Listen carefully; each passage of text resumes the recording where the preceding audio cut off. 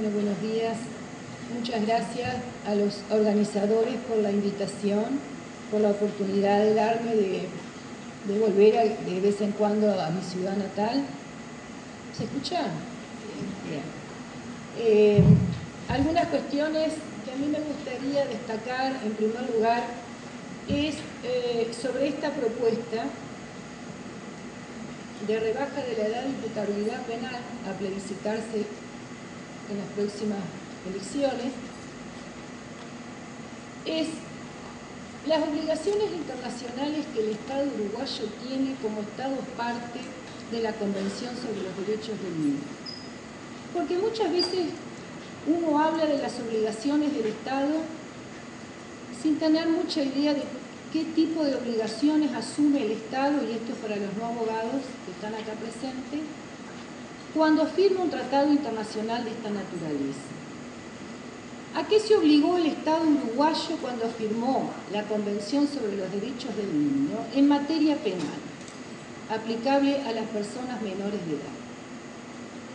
El Estado uruguayo se obligó a establecer, como bien dijo acá la colega, un proceso de naturaleza especial, proceso penal, al que van a ser sometidas las personas menores de edad. ¿Qué personas menores de edad? ¿Cuál es el rango etario? Lo dice la Convención, que el Estado parte asume la obligación de fijar una edad mínima por debajo de la cual no se le reconocerá capacidad para infringir la ley. Esas son las palabras de la Convención. Y el Estado uruguayo, cuando aprobó el Código de la Niñez, decidió, consensuó, que esa edad iba a ser fijada en los 13 años. Por lo tanto, el Uruguay, cuando aprobó el Código de la Niñez y la Adolescencia, con sus luces y sus sombras, porque no nos olvidemos de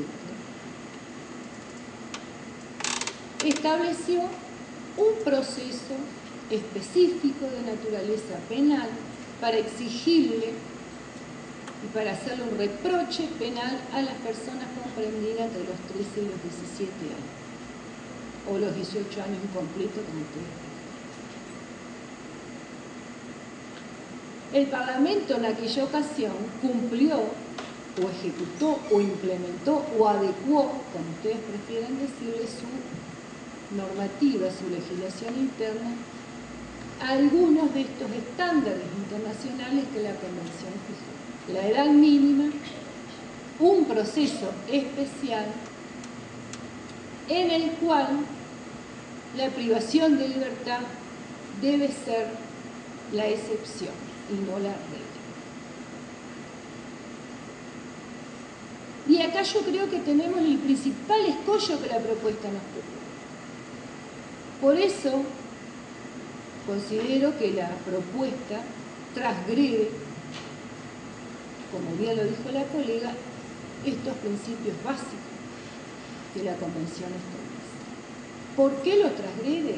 Miren, la primera parte de la propuesta del texto de la reforma dice, más allá de que no es conveniente introducir en la Constitución de la República disposiciones que tienen que ver con política criminal, pero dice el texto a plebiscitarse que se va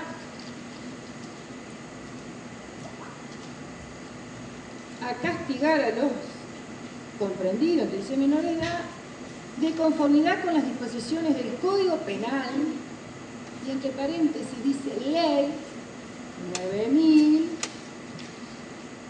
9.155 y sus modificativos. Yo me he puesto a reflexionar sobre la inclusión a texto expreso en la Constitución de la República de la ley, del número de la ley específica y sus modificativas hasta el momento de la reforma. Está consagrando una reforma de naturaleza cuasi pétrea, podríamos decir, que solo puede ser reformado por otra reforma constitucional. Quiere decir que a los menores entre 16 y 18 años, de aprobarse el texto de la reforma, se le va a aplicar el Código Penal. ¿Pero cuál Código Penal? El vigente hasta la fecha del momento de la aprobación de la reforma. La ley 9155 y sus modificativos hasta ese momento.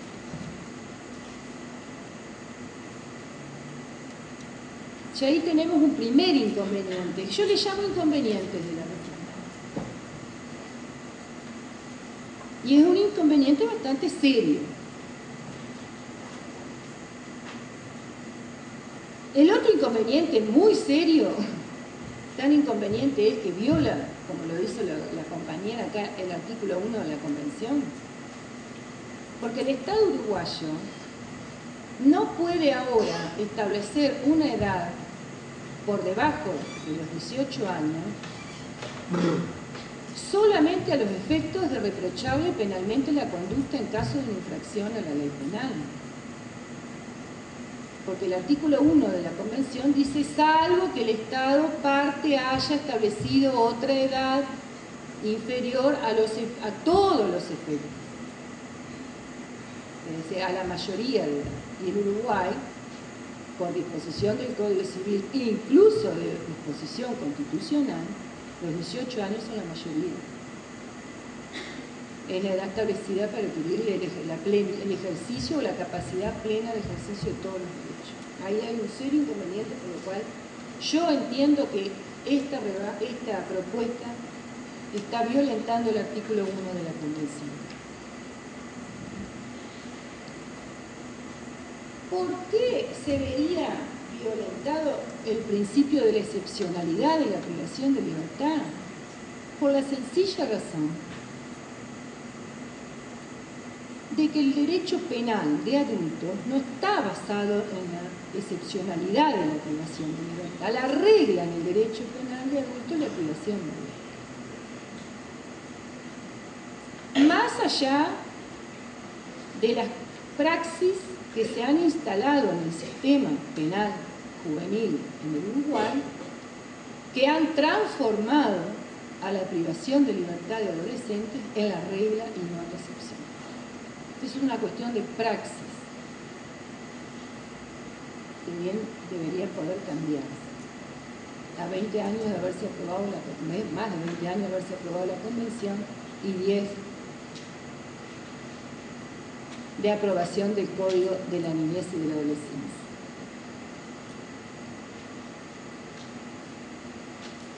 Además que las penas previstas en el Código Penal superan ampliamente los guarismos establecidos para los adolescentes. Es cierto, como bien decía la colega, los adolescentes también son sancionados por un régimen especial con una sanción que establece el Código de la Niñez en 5 años, el máximo. Es cierto, no establece un mínimo, salvo con la reforma que se produjo en enero de 2013, donde ahora sí determinados delitos, aquellos que son considerados más graves, tienen un mínimo de privación de libertad establecido en un año. Pero ¿por qué supera el guarismo? Algo ya lo adelantó la colega. Porque nosotros, como lo dice la Convención, no tenemos que dejar de lado de que estamos frente a una persona que está en pleno desarrollo o en pleno proceso de adquisición de sus capacidades intelectivas, cognitivas, que no ha llegado a la plenitud de su desarrollo, ni emocional, ni físico, ni biológico.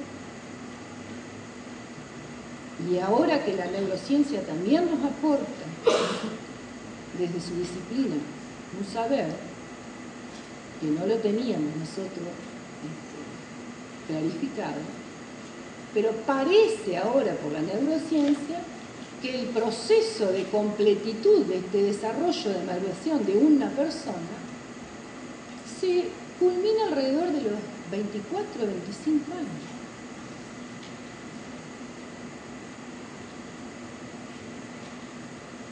Entonces, ese es un sujeto que nosotros tenemos enfrente, al que sí nosotros le tenemos que hacer un reproche por haber infringido una norma de carácter penal, pero la diferencia del reproche con el adulto es que el Estado tiene que atemperar ese reproche respecto al adulto, por todas estas consideraciones, porque es un sujeto que está en pleno proceso de desarrollo de sus condiciones. Y no es contradictorio con el principio de la autonomía progresiva para nada, porque precisamente el principio de la autonomía progresiva, otro de los que se establece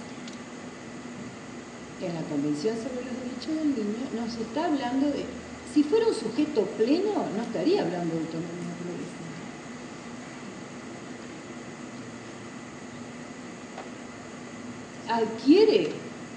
Va adquiriendo la capacidad de ejercer sus derechos a medida que va creciendo. Por eso hablamos de autonomía progresiva. No estamos frente a un sujeto plenamente desarrollado. El texto de la reforma que ahora me voy a introducir habla de madurez. La madurez es un concepto polisémico, admite varios sentidos, varias interpretaciones. No sabemos cuándo una persona es madura. Yo no lo sé, habrá parámetros, algún estándar desde el punto de vista de la ciencia, pero yo sé que cuando uno cumple 18 años, nos largan al ruedo y dice, ahora sos mayor. Y arreglate como puedas. Pero yo no sé si estoy formada, estoy bien, no sé si ahora a los 54 años estoy madura, de verdad. No sé. O sea que el término madurez, incluirlo, más allá de que ha habido ejemplos en legislaciones regionales que se basan en la madurez o discernimiento, pero precisamente esas legislaciones, esos países, como el caso de Chile, modificó esa normativa en el año 2012.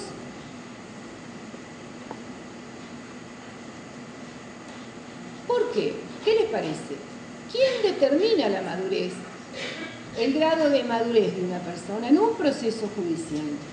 ¿El juez? ¿Un técnico? ¿En qué? ¿Cuáles son los criterios para determinar la madurez de una persona? Estamos corriendo el riesgo de violentar también un principio constitucionalmente consagrado, como el principio de igualdad. Porque se puede dar el caso de prosperar la reforma que una persona por el mismo hecho sea juzgado como maduro, entonces se lo condena como adulto y al otro no. ¿Y por qué uno sí y otro no?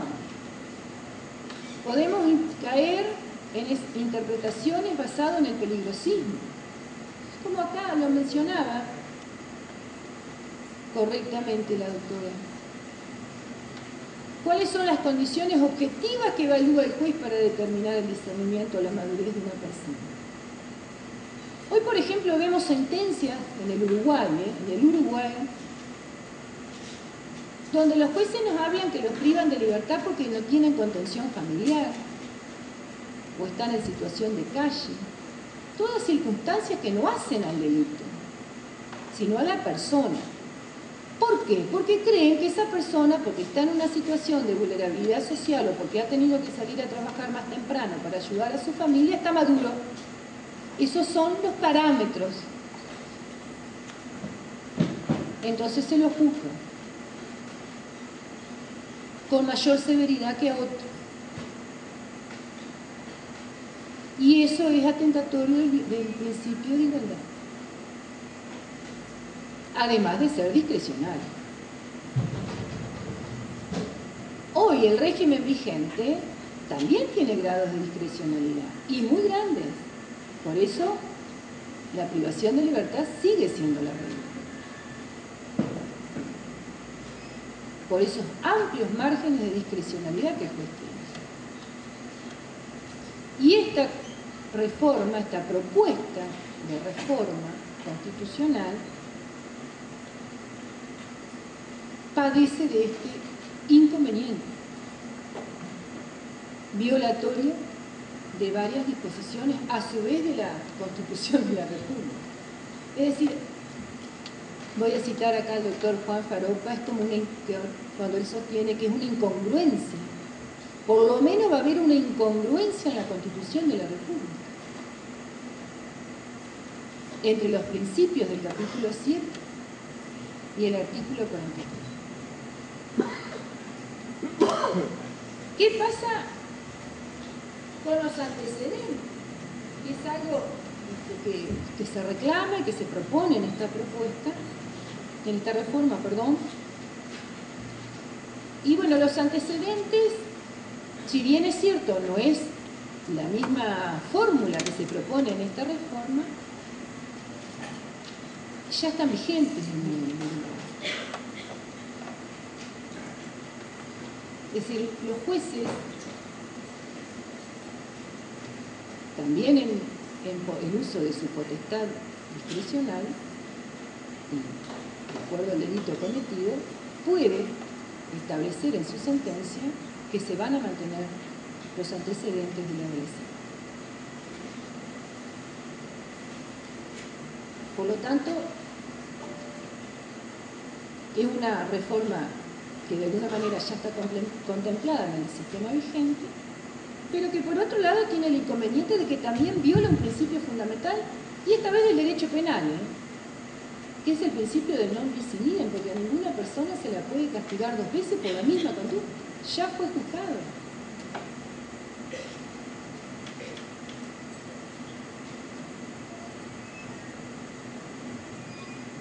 No sé, pero me parece que si nosotros mantenemos los antecedentes de por vida de un adolescente, es como que nosotros como sociedad le estamos diciendo al adolescente: mirá que no nos vamos a olvidar nunca jamás de lo que vos hiciste. No te vamos a dar jamás una oportunidad. Y vas a quedar marcado para siempre. Y todos tenemos hijos, todos tenemos nietos y todos tenemos sobrinos. Y el derecho penal es para todos, no es para los más pobres, aunque los más pobres sean los que estén siempre privados de libertad. Pero es para todos. Y pueden manejar autos, pueden tener accidentes, pueden verse en una circunstancia vital como nosotros también muchas veces. Porque nosotros no somos ajenos al derecho penal, nosotros somos posibles sujetos activos del derecho. Estas reformas casi draconianas son después muy difíciles de revertir, y más cuando se va a integrar a la Constitución de la República. Algunas cuestiones, y voy cerrando, algunas cuestiones más menores, digamos, es algunas cosas que no están como bien resueltas en el texto de la reforma, y esto es casi que un prurito jurídico. El texto de la reforma habla de los tribunales, del tribunal, primero que va a ser de aplicación inmediata, es decir, aprobada, la Corte anuncia, en el supuesto caso de que se apruebe, la Corte Electoral anuncia el resultado y es de aplicación inmediata. Y la reforma habla de los tribunales. ¿Qué tribunal? El juez penal de adultos, el juez penal de adolescentes. ¿Qué va a hacer la policía cuando detenga a un muchacho después que se apruebe esta reforma? ¿A quién va a avisar? ¿Al juez penal de turno de adultos? Lo va a juzgar por el juez penal. Va a decidir el juez penal si tiene o no tiene discernimiento.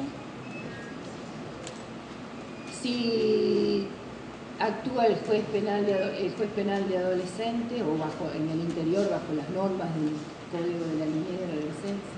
Es el juez penal en este marco de justicia penal adolescente que establece que tiene o no tiene discernimiento.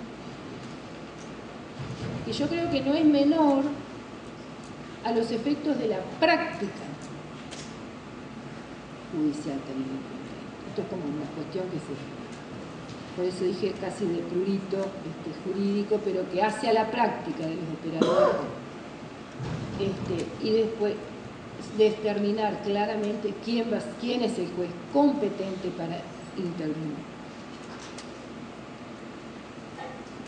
Y por último, hay cuestiones que ya están contempladas en el Código Penal, como en el texto proyectado habla de la comisión de delitos valiéndose de la participación de niños y adolescentes, que será especialmente castigada, dice el texto de la reforma. Ya el Código 59, el artículo 59 del Código Penal ya establece que la cooperación inimputable a la realización de delitos se considera un agravante o agravar la responsabilidad de los partícipes. También el artículo 60.2 del Código Penal que define como autor de un delito que haya determinado a menores de edad. Fíjese que ya no es que no está hablando de agravar la conducta, lo está considerando autor hoy del Código Penal vigente.